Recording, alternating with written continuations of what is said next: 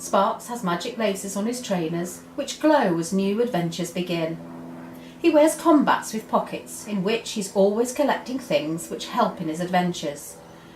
Sparks has two best friends, Football Mad Alex and Bug Hunter Anil.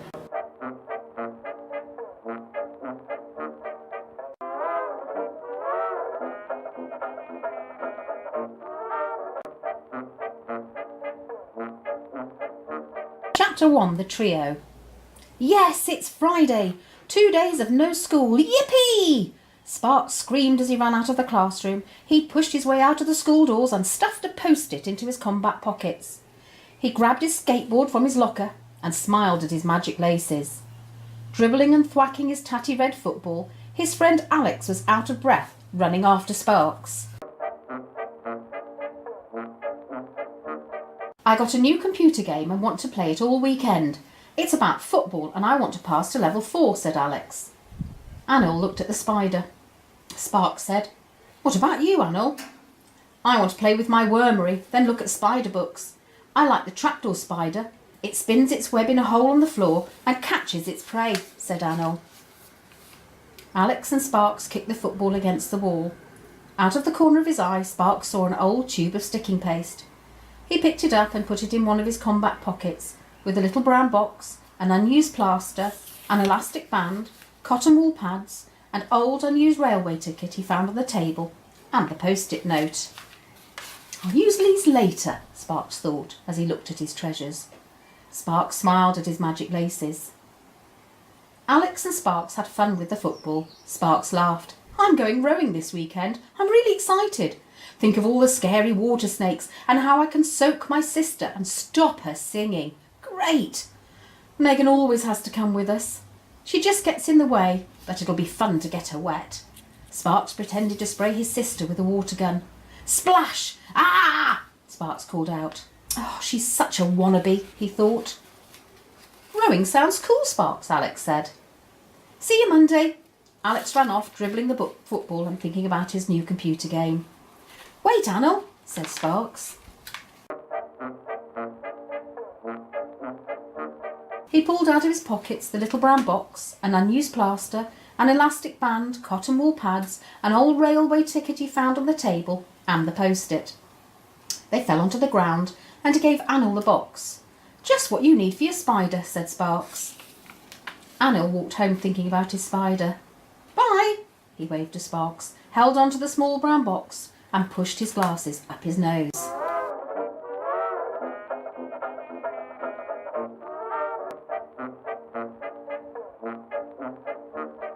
Chapter 2, The Lake.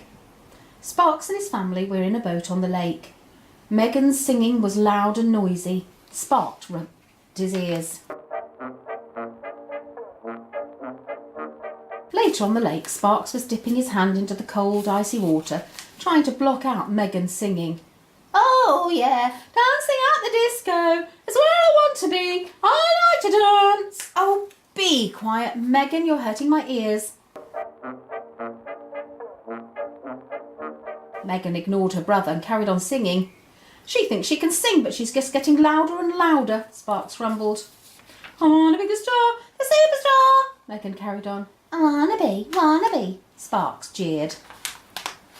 Sparks pulled his treasures from his pockets, hoping to find something to help him block out Megan's singing. He took some cotton wool and put it in his ears. Just what I need. He stuck his tongue out at Megan. Megan flicked her hair and kept on singing, only louder this time. Mum and Dad looked around at the hills and the countryside. Dad put on the oars to move the family around the lake. Sparks and Megan were still fighting in the back. I used to love rowing on this lake, said Mum. Yes, me too.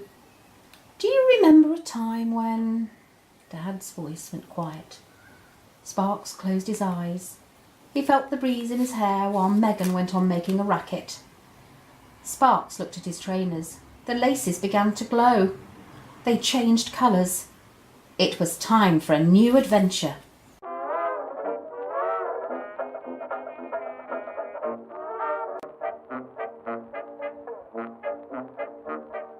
Chapter 3, The Race. The competition judge wore a red jumper and twisted his handlebar moustache. He bellowed, "Enter the rowing competition. Over here. Everybody welcome. Row your boat over the line first and the winner gets a super prize." Sparks saw two children crying.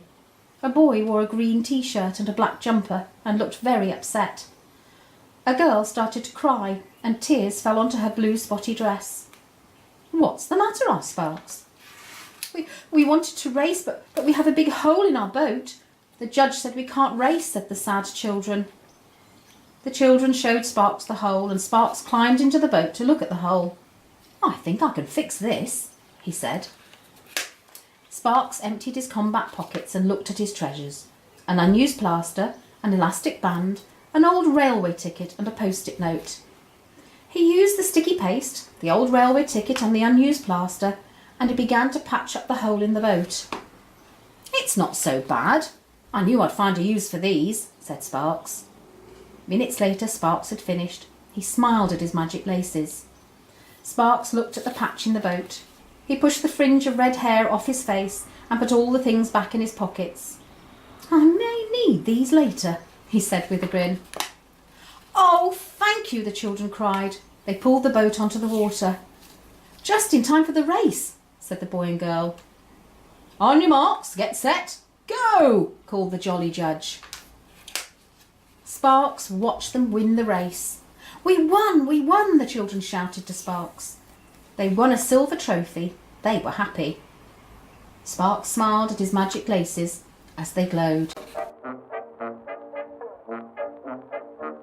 Oh no! Sparks heard the sound of Megan still wailing. "I'm a superstar! I want to be a superstar! Look at me!" Megan sang. Sparks tucked his laces into his trainers, smiled and thought about his new skateboard tricks. He gave Megan a nudge. "Be quiet, Megan," said Sparks. Dad tied his black jumper over his green t-shirt while Mum fussed over the blue spotty bow on her dress. "I wonder what happened to that trophy," sighed Mum. Sparks smiled as the last glow on his magic laces faded. "Oh, do be quiet, Megan, or I'll have to use my tube of sticking paste," grinned Sparks.